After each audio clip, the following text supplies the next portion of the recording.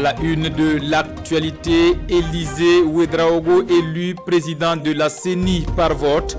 Le processus a duré faute de consensus. Il a fallu plus de 5 heures de tractation pour voir le représentant de la communauté catholique succéder à Newton Ahmed Bari. Ambiance électorale à suivre en début de journal. Et puis nos langues africaines à l'épreuve de la globalisation, si rien n'est fait, elles risquent de disparaître, d'où l'idée de promouvoir nos langues maternelles et en faire des langues officielles et d'instruction. La réflexion se mène depuis hier ici à Ouagadougou. Une semaine à Bitou, nous irons à Zékézé. Dans ce village, la production du manioc et de la banane occupe les paysans. L'activité, disent-ils, nourrit bien son homme. Témoignage dans une quinzaine de minutes. Voilà pour le menu de ces 13h. Madame, Messieurs, merci de nous suivre. Enfin, une fumée blanche à la CENI. Élisée Ouédraogo est le nouveau président de la Commission électorale nationale indépendante. Avec le retrait de la candidature du Saounaba, il avait pour principal challenger Adama Kafando, le successeur de Newton Ahmed Bari. Le sait, il doit à présent renouer le fil du dialogue avec son équipe pour relever le défi de l'organisation des élections municipales prévues en mai 2022. L'élection du nouveau président de la CENI à revoir ici en image avec Nongba Kouda et Isia Kanana. Après plusieurs heures de tractation, la Commission électorale nationale indépendante CENI a désormais son nouveau président. Et c'est le magistrat Élisée Ouédraogo qui préside aux destinées de l'instance chargée de l'organisation des élections au Burkina Faso pour les 5 prochaines années. Il est élu avec 13 voix sur 15 contre 2 pour son challenger Adama Kafando à l'issue d'un vote, tous deux de la société civile. Ça n'a pas été un fleuve tranquille, c'est vrai, mais nous y sommes arrivés. Et c'est le plus important.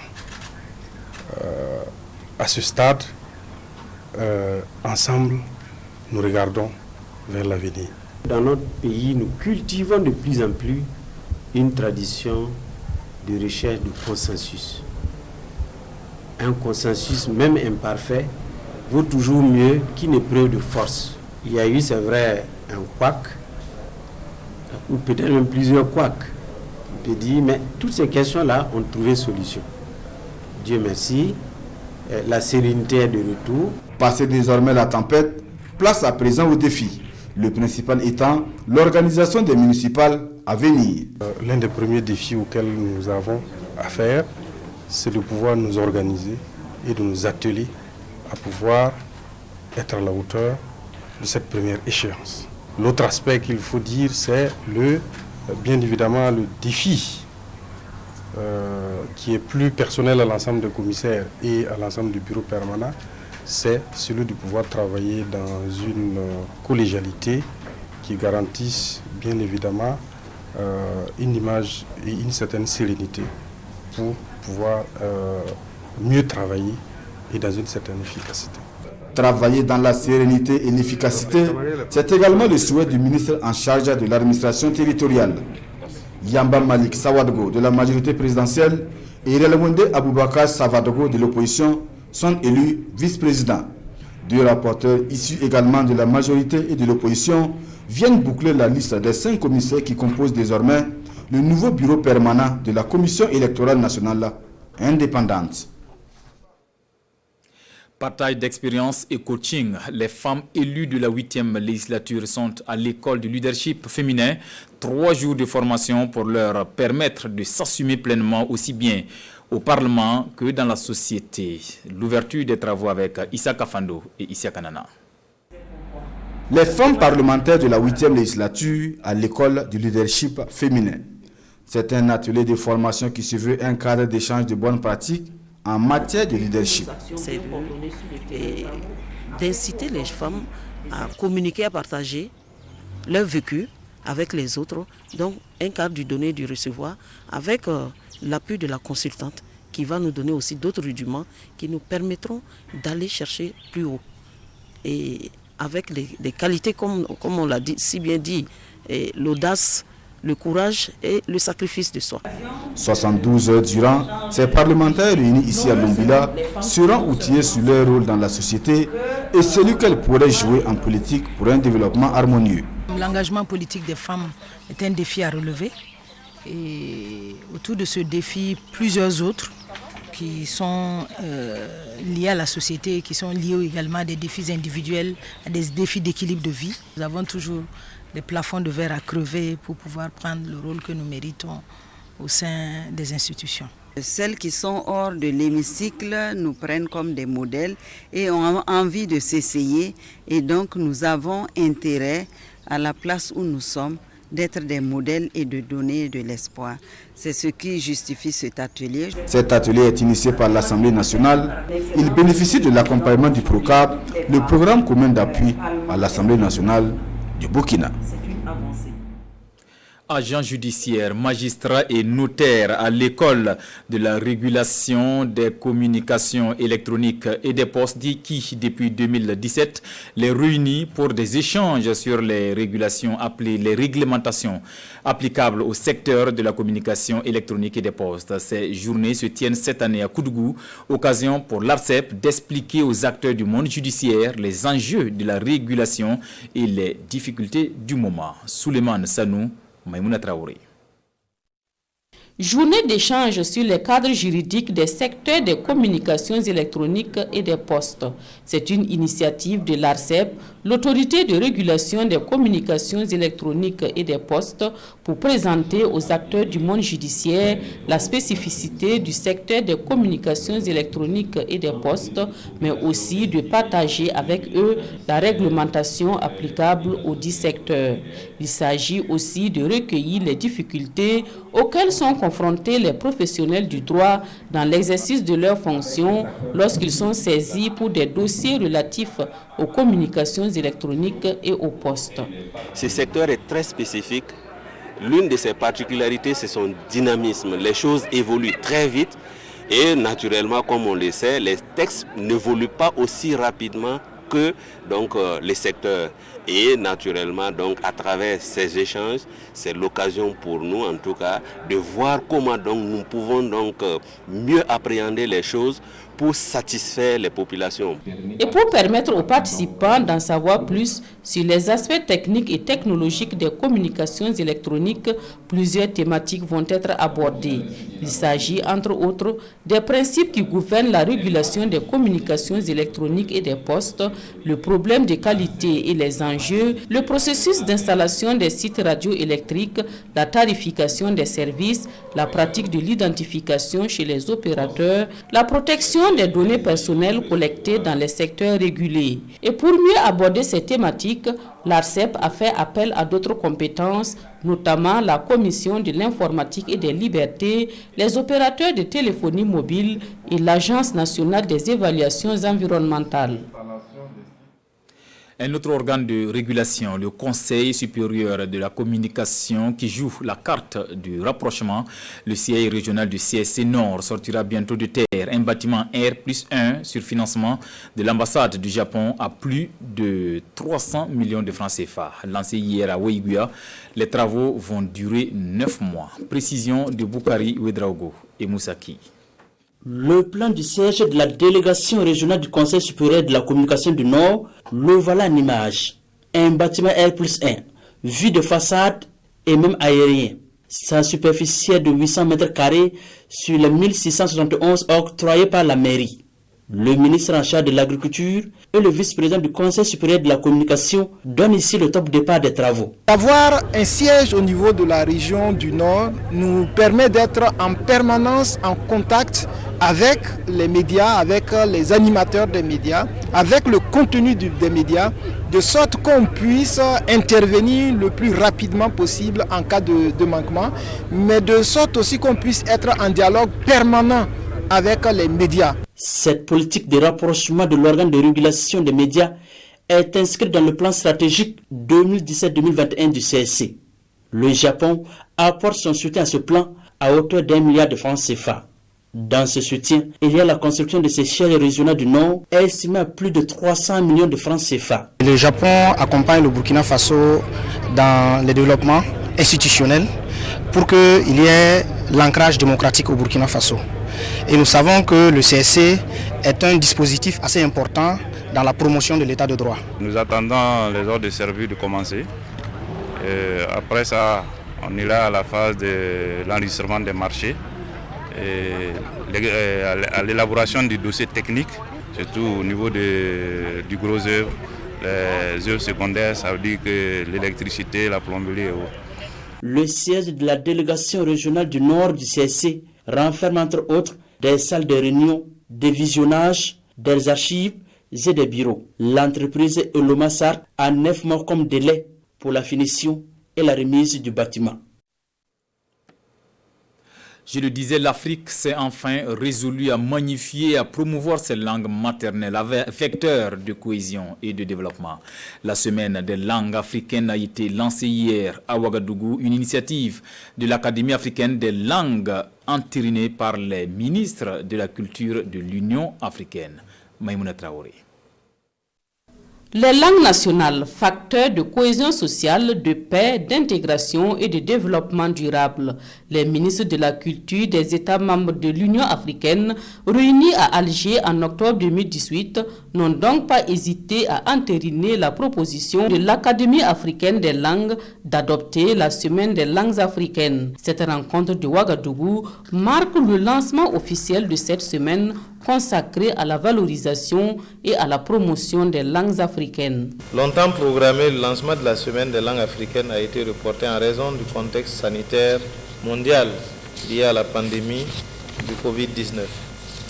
Pour ce lancement qui se tient finalement à Ouagadougou, il s'agira essentiellement de lancer officiellement la semaine des langues africaines comme un rendez-vous annuel pour manifester la pertinence des langues et des cultures africaines en Afrique, dans la diaspora africaine et dans le monde entier, de promouvoir la dynamique des visions du monde et des philosophies africaines pour l'autonomisation et l'utilisation des langues africaines, démontrer le rôle indispensable, essentiel et urgent des langues africaines dans l'intégration, dans la paix, dans la cohésion sociale, dans le développement durable de notre continent. L'Afrique aura désormais une semaine dédiée à ces langues, l'occasion de faire le plaidoyer pour la promotion et la protection des langues africaines et leur utilisation dans tous les domaines de la vie, en particulier en tant que langues officielles et langues d'instruction, tout en sensibilisant à la nécessité pour les États membres de l'Union africaine d'élaborer des politiques linguistiques nationales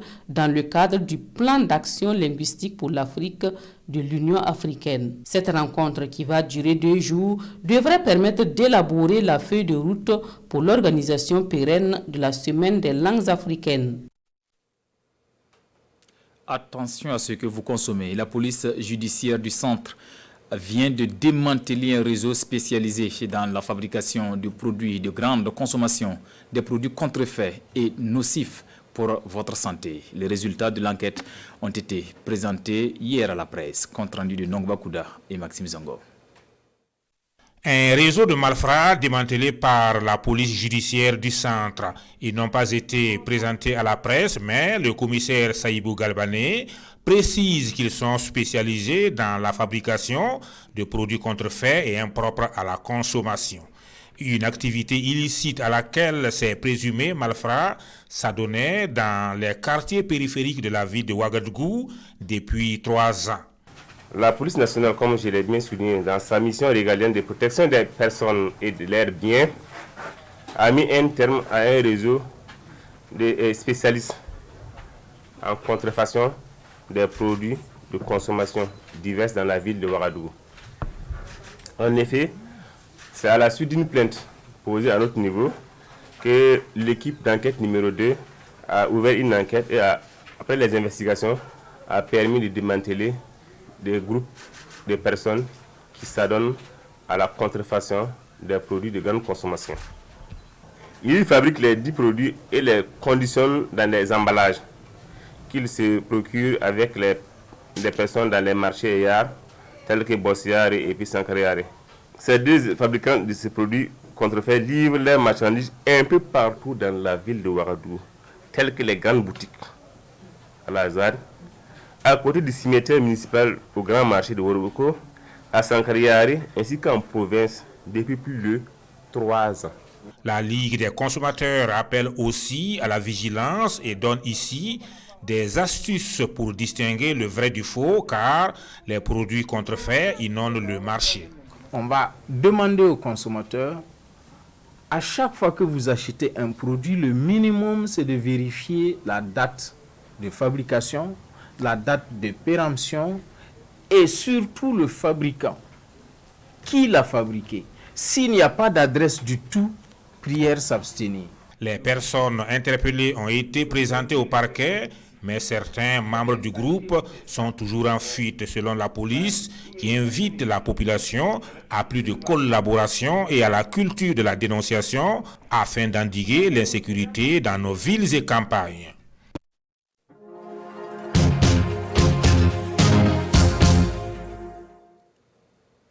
Une semaine à Bitou, jour 5, on s'invite à Zekézé, un village atypique situé à une quinzaine de kilomètres de Bitou. Zekézé est bien connu pour son intérêt à la production du manioc et de la banane, une activité rentable pour les paysans du village. Vous les entendrez dans ce reportage de Souleymane Sanou et Sekou Zongo.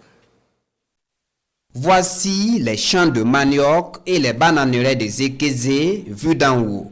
Nous sommes à 15 km de Bitou. Des plantations à perte de vue sur des dizaines d'hectares.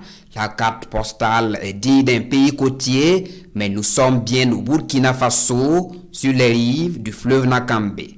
Sur ce site, ce sont des exploitations individuelles, mais la production du manioc a considérablement régressé, selon les acteurs, eu égard au marché de ce tubercule qui est saturé au niveau régional. La production du manioc avait chuté à cause des difficultés d'écoulement.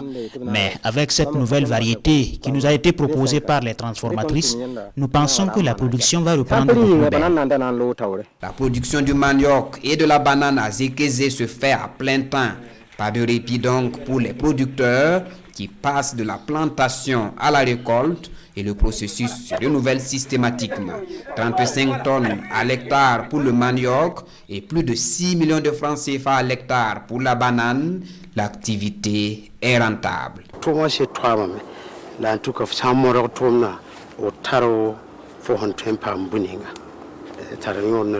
L'activité est pénible, certes, mais si tu te bats, elle nourrit son homme. C'est notre première source de revenus.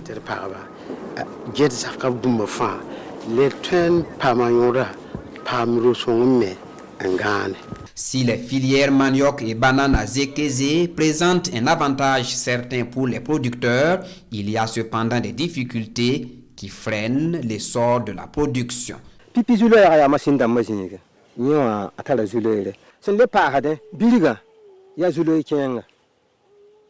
Comme difficulté, nous pouvons citer la faible mécanisation, le manque d'intrants et les maladies de la banane. Nous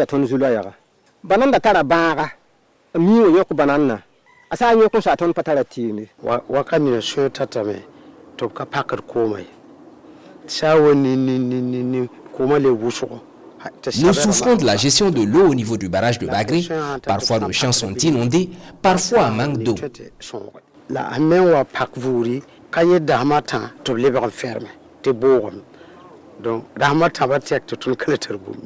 Plus de 70 hectares, c'est l'étendue des productions du manioc et de la banane. Un site qui paraît vaste, mais les producteurs en redemandent. Leur objectif, faire de ce site un véritable pôle de croissance.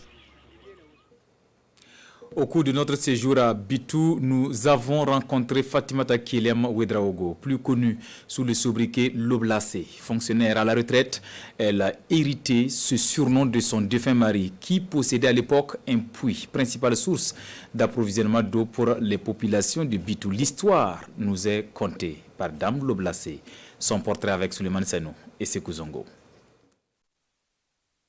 Loblacé, Maman Loblacé, Madame Loblacé, Tanti Loblacé, autant d'appellations pour désigner une seule et même personne.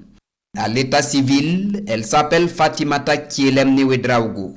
Les 71 ans bien sonnés, elle est connue de tous ici à Bitou sous le sobriquet Loblacé, un surnom, toute une histoire. Dans les années 84, quand nous sommes arrivés à Bitou, il n'y avait pas d'eau, il n'y avait pas de puits. Donc, les femmes partaient au barrage chercher l'eau. Et au retour, elle mettait un produit qu'on appelait à lame pour décanter l'eau et pouvoir préparer avec ça. C'est comme ça, bon, entre-temps, nous, on avait un ami français qui chaque fois, il venait nous voir ici. Et un jour, mon mari lui a proposé, mais tu ne peux pas nous aider avec un puits parce que nous voulons faire du jardinage. Il a dit, oui, il n'y a pas de problème. Et quand je vais repartir, je vais vous envoyer 2 puisatiers. Et les 2 puisatiers, quand ils ont fini de creuser le puits, il fallait buiser. Et quand les puisatiers busent, et ils rentrent le soir, le lendemain, ils viennent trouver que les femmes ont puisé de l'eau et les briques là, retombent dans le puits. Donc, toutes les nuits, mon mari partait vers les 4 heures du matin, aller se cacher derrière un arbre. Et à chaque fois, il voyait les femmes là venir. Il attend quand les femmes finissent de remplir leur plat. Il passe maintenant devant elle et elle prend, et il prend l'assiette de chaque femme, jeter, verser l'eau et puis jeter. Un surnom rendu populaire par la magie des ondes de la radio nationale et surtout par son animateur de l'époque, Tiga Ouedraogo. Il avait un ami, paix à son âme, Tiga Ouedraogo, qui était à la radio diffusion là-bas. Et Tiga Ouedraogo est venu ici, il lui a raconté l'histoire. Et quand Tiga Ouedraogo a appris ça, à un concert, il dit de saluer le Blasé. De saluer le Blasé, même aux États-Unis, puisqu'il y avait des concerts aux États-Unis. Et c'est comme ça le nom le Blasé est venu. L'Oblacé est donc une appellation que Dame Fatimata Kielem Ouedraogo a hérité de son mari depuis le décès de ce dernier. Battante et humaniste dans l'âme, elle a depuis lors acquis une notoriété au-delà de Bitou.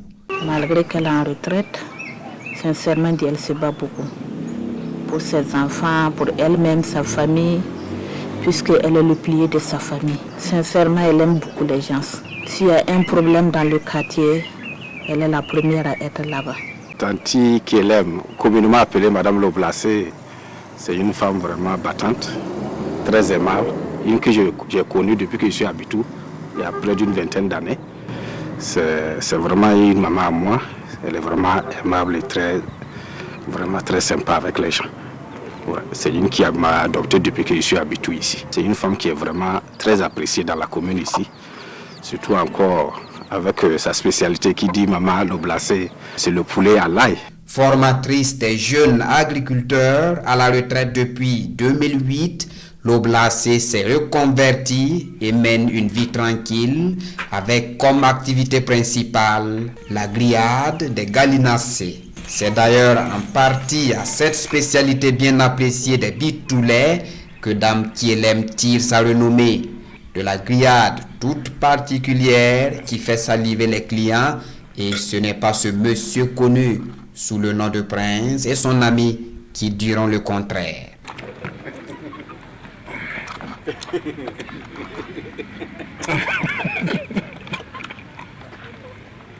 Mais pas que, l'Oblacé partage son expérience en tricotage avec les jeunes filles et dames désireuses d'apprendre. L'Oblacé a 7 enfants, 6 petits-fils et 2 arrière-petits-fils. Une famille qui lui procure aujourd'hui sa plus grande fierté. Sport, football, dans ce journal, un face-à-face attendu ce soir entre les Colombes de l'USFA du Burkina et les amis du Monde Football Club du Togo, déjà qualifiés pour les demi-finales du tournoi UFOAB. Pas de grands enjeux pour les Colombes logés dans la poule A. Explication de nos envoyés spéciaux à Abidjan, Roger Kama et Alain Didier Compaoré. Pour ce dernier match dans la poule A, si pour les amis du Monde Football Club, l'enjeu c'est la qualification. Du côté des Colombes de l'USFA, l'objectif c'est de sortir première de la poule. Et les protégés du coach Djeba peuvent compter sur l'appui de l'entraîneur de l'équipe masculine. Déjà nous sommes qualifiés, mais il faut gagner pour avoir la première place. Maintenant, par rapport au déroulement du jeu, si on voit que nous allons laisser des plumes, mais comme je l'ai dit, nous allons chercher vraiment à gagner. Pour les actrices, au-delà de l'USFA, il faut faire plaisir au peuple burkinabé. Le peuple burkinabé est derrière nous et on ne doit pas les décevoir. Et on doit jouer de tout cœur. Même si on est qualifié, on doit se donner à fond pour gagner le Togo. C'est pourquoi elles n'ont pas dormi sur leur laurier depuis la victoire du premier match. Juste après le premier match, on est resté concentré. On a continué les entraînements normalement. On est prêt mentalement et physiquement. On est prêt à donner le meilleur de nous-mêmes pour gagner ce match. Amis du Monde Football Club du Togo, Colombe de l'USFA du Burkina, un match qui sera suivi avec intérêt par les 11 de Gagnoua qui comptent sur une victoire d'au moins 2-0 des Burkinabés pour espérer se qualifier. Revue de presse pour refermer ce journal. Victoire d'étape pour les FDS au front. À lire également à la une l'implication du chef de l'État dans l'affaire CENI et l'élection du nouveau président de cette institution en charge de l'organisation des élections. Lecture croisée des journaux avec Sekou Zongo. C'est lui, le nouveau président de la Commission électorale nationale indépendante CENI. Élisée Ouedraogo a obtenu 13 voix sur 15 contre 2 voix pour son challenger Adama Kafando, porté ainsi à la tête de l'institution en charge de l'organisation des élections au Burkina Faso. Élisée Ouedraogo a désormais le regard tourné vers les défis de la CENI. Des défis qui sont entre autres le renouvellement du personnel politique de l'institution et les élections municipales. Ces points sont soulignés par Aujourd'hui au Faso. Mais comment en est-on arrivé à l'élection de Élisée Ouedraogo puisque c'est le Saonaba qui était prédestiné à la tête de la CENI? Les égos ont failli emporter le bon sens, rendant impossible la cohabitation majorité-opposition au sein de la CENI, répond Aujourd'hui au Faso. Il a fallu l'implication du président du Faso pour dénouer la crise qui couvait au sein de l'institution. S'il faut saluer cette descente salutaire de Rochmar Christian Kaboré, il convient de s'inquiéter de ses effets sur la suite des événements, prévient la rédaction du journal. Le journal de conclure, crise à la CENI, Roch calme le jeu de ping-pong, mais crée un précédent. Et dans la même veine, le doyen des quotidiens titre, présidence de la CENI, Roch met la main dans le cambouis. Et puis, lutte contre le terrorisme, le président du Faso reprend du poil de la bête. C'est l'avis de CBS l'iconoclaste, l'écrivain chroniqueur. Son analyse est publiée par Sidwaya.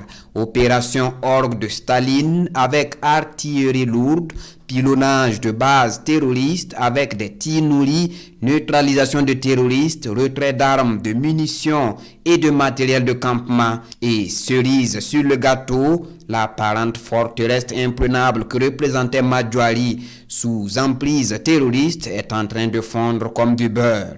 C'est une véritable revanche pour l'enfant de Tuiré qui montre là que l'heure est à l'action et qu'il est vraiment déterminé à rétablir la confiance à lui accordée par le peuple, conclut l'analyste. Voilà pour l'essentiel de l'actualité de cette mi-journée. Merci de l'avoir suivi. À bientôt.